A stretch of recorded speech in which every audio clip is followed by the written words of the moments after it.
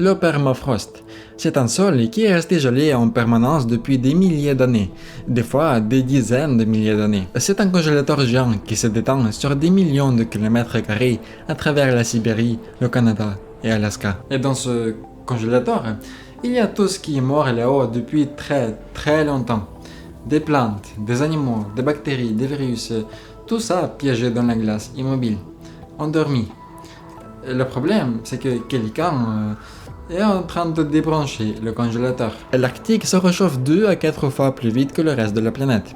Et quand le permafrost commence à fondre, ce qui était enfermé depuis des siècles refait surface. Sibérie, été 2016, canicule, des températures largement au-dessus de la normale. Le sol dégèle en profondeur. Et des carcasses, des rennes, enfouies depuis des décennies, remontent à la surface. Avec elles, un passager clandestin, le béquille de l'anthrax, la maladie du charbon, des spores qui dormaient dans le sol depuis 75 ans, probablement depuis la mort d'un renne en 1941. Pendant 75 ans, ces spores ont attendu dans la glace, patiemment.